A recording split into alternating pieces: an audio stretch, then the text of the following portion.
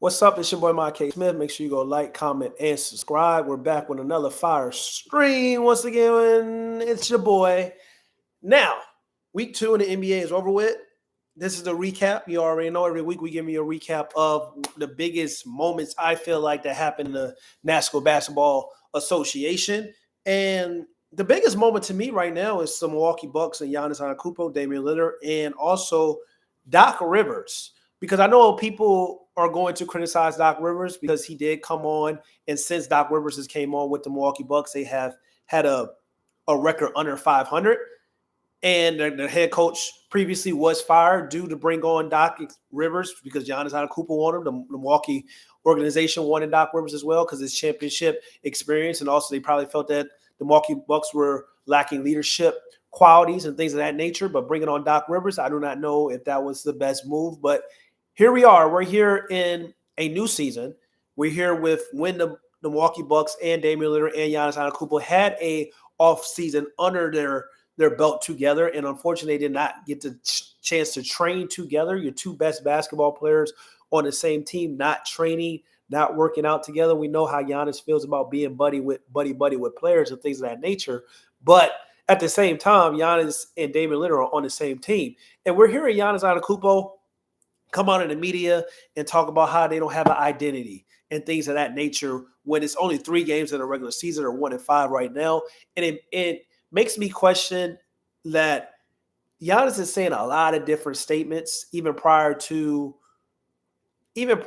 like this season starting, talking about like how, if I don't get out of the first round, I could be traded, things of that nature. It seems like he's kind of setting himself up for a passive aggressive way to eventually ass out of the Milwaukee Bucks organization, when the fact of the matter is the Milwaukee Bucks have done everything for Giannis to be successful. They've done everything for Giannis to acquire Damian Lillard. And then they want to talk about, well, Giannis was upset with Drew Holiday being traded.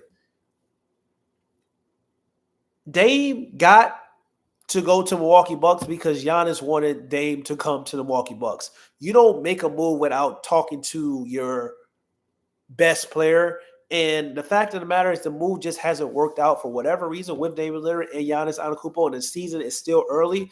But to come out, if you're Giannis Antetokounmpo, and keep having these messages across social media, having these messages being leaked in front of the public, or even doing these interviews and things of that nature, you're being very passive aggressive when the fact of the matter is you are a top 3 basketball player in the world, and you need to figure out ways to have this partnership work where you and Damian Lillard can be on the same page and have success. But the whole like passive aggressive takes and people making excuses for Giannis Antetokounmpo and Damian Lillard and also Doc Rivers is kind of like really insane to me due to the fact of the matter they're in the Eastern Conference. It's up to you two to figure out how to incorporate your other teammates, but also how to best work off each other, because you have a talented point guard, you have a top 3 basketball player in the world, and you have a championship head coach.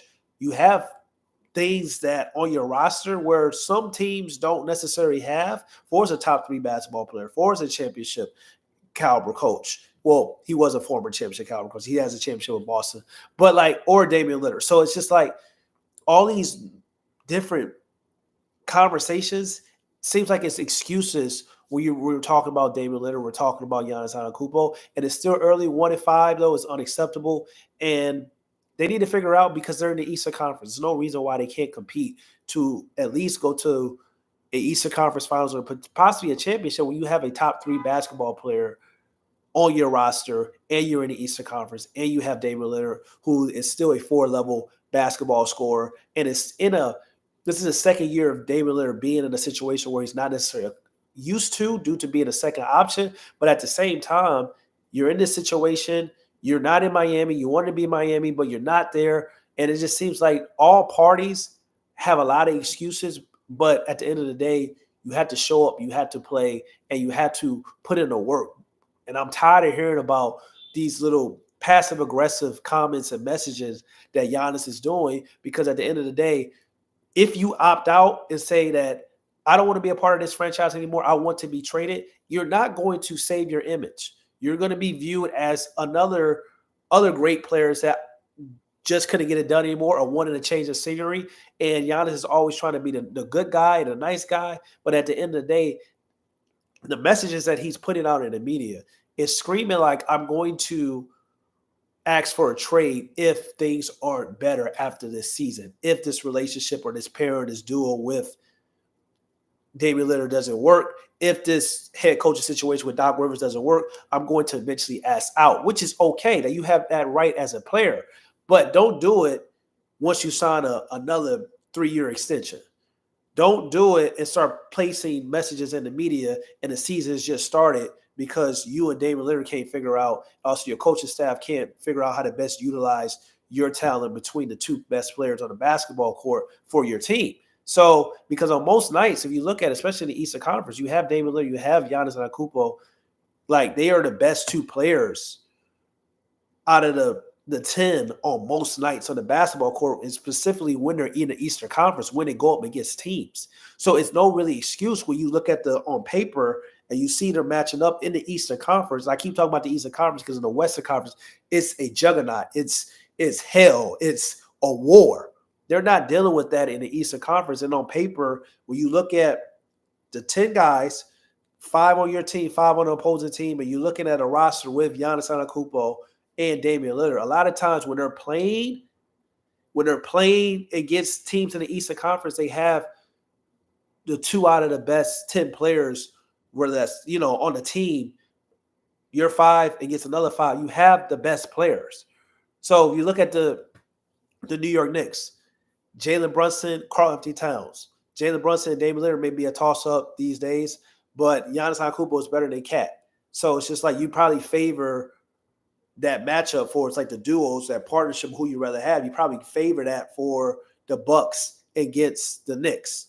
If you look at the Indiana Pacers, you have Damian Lillard, you have Giannis Antetokounmpo. Then you look at Tyrese Halliburton and you look at Pascal, you favor the Bucks. So you look at the Eastern Conference, once again, all these excuses, all these conversations, all this passive aggressiveness with Giannis Antetokounmpo and things he's doing in the media, things of that nature, kind of set it up like he wants to have a trade request coming in the future if he can't get it done. But at the end of the day, you have to hold yourself accountable, and your partnership with Dame has to be better because at the end of the day, you have 2 out of the best 10 players on the basketball court in your favor when you match up and you go to war with against an opposing team. And what else is going on in the NBA this past week? Joel Embiid has been in the media, and we know Joel Embiid has been in the media. He hasn't played this season. Paul George is expected to play tonight. But Joel Embiid has came out. He shoved a reporter, and it's been a lot of mixed reception for us. Like, was Joel Embiid right? Was the reporter wrong? Should he have put his hands on the reporter? The thing of the matter is that when you talk about basketball and a player's game and what they're not doing on the basketball court and the areas they need to improve on and things of that nature, that is fine. When you start talking about a person's family, a person's dead relative, a loved one, then you reach a line that you shouldn't have crossed. So, no, I do not really necessarily condone people putting their hands on people. But at the same time is if you're going to be bold enough to say some of the things that you have stated about somebody that has nothing to do with basketball, best believe you don't know how people are going to take the things that you're saying because it's the consequences to actions. And that reporter saw those consequences with Joel Embiid based on the things that he said. So that's here nor there with the Joel Embiid, but I can't fault the guy for what he did, even though, once again, I don't condone people for violence or anything of that nature. But at the end of the day, you have to be careful of how you treat people. You have to be careful of the things that you say to people. Another big moment is Anthony Davis looks like the best basketball player in the world right now. Anthony Davis is looking like an early front runner for the MVP and Defensive Player of the Year, but he's on the Los Angeles Lakers team, so the Los Angeles Lakers team has to be in a top 4 or 5 situation for this regular season for him to even have an opportunity, because that's just how it works when it comes to awards given to Los Angeles Lakers players.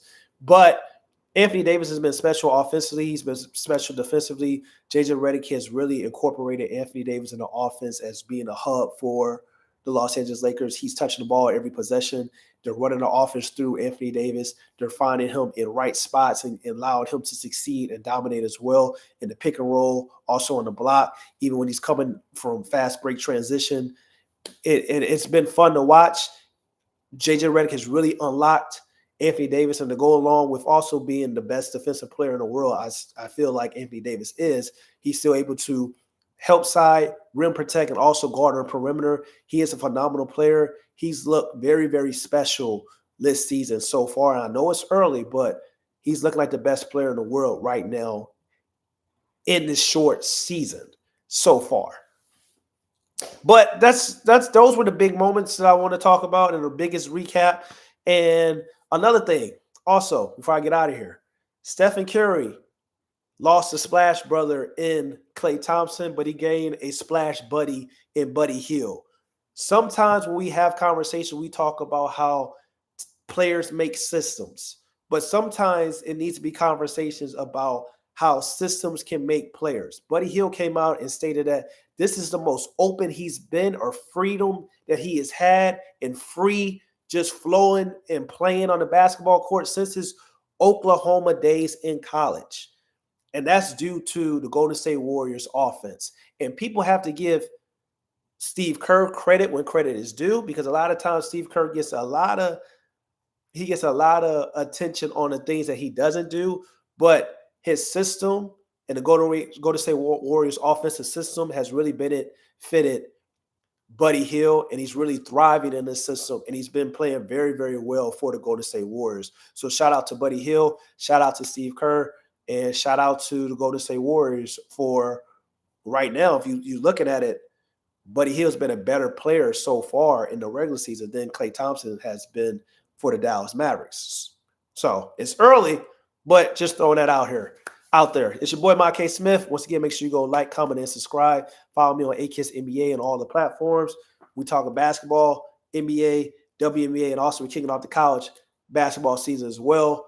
And I know y'all saw Juju out there getting buckets. We'll have another conversation about that. But the woman is special, and she's only a sophomore. God bless.